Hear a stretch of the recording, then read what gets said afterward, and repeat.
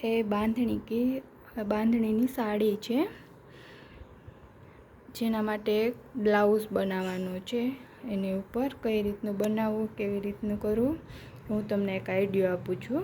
જે બાંધણીમાં mirror work છે, yellow કલરનું લાઇનિંગ છે, યલો કલરની લાઇનિંગ છે, પ્લસ આપણે બંધેજ છે એ વ્હાઇટ કલરના બંધેજ છે, અને બ્લાઉઝનો કલર બ્લુ અને બ્લુ કલરનો પાલવ છે, એન્ડ સ્કાય બ્લુ કલરની ઓલ ઓવર જે સાડી આપેલી એ છે. અને જે એકદમ મિરર વર્ક બારીકાઈથી કરેલું છે, જો તમે ડિટેલમાં જોઈ શકો છો.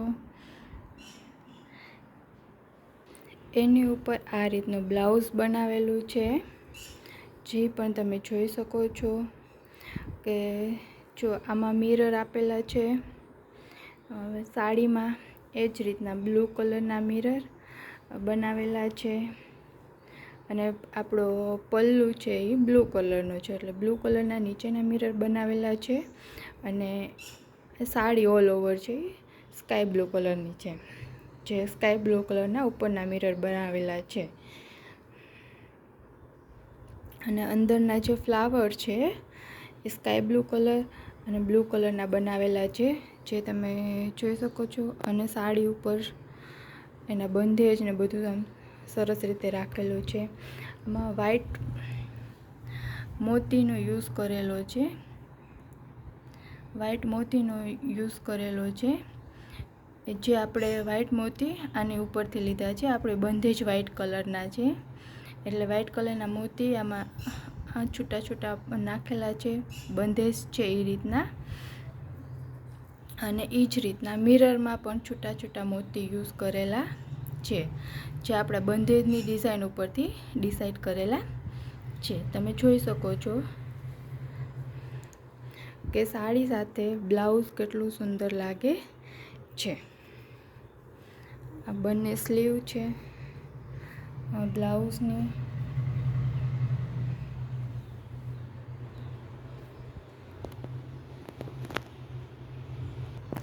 બ્લાઉઝની બેક સાઈડ છે. બ્લાઉઝની બેક સાઈડમાં ફરતા રાઉન્ડમાં મિરરનું આપણે વર્ક કરેલું છે.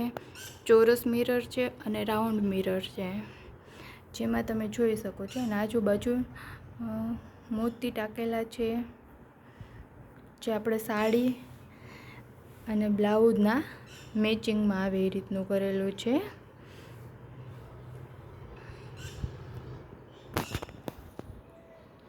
આ રીતનો સાડીનો પલ્લુ આપેલો છે, જે પ્યોર ગજીમાં સાડી છે બનાવેલી, અને એનું ઓફ વ્હાઈટ કલરનું બ્લાઉઝ બનાવેલું છે.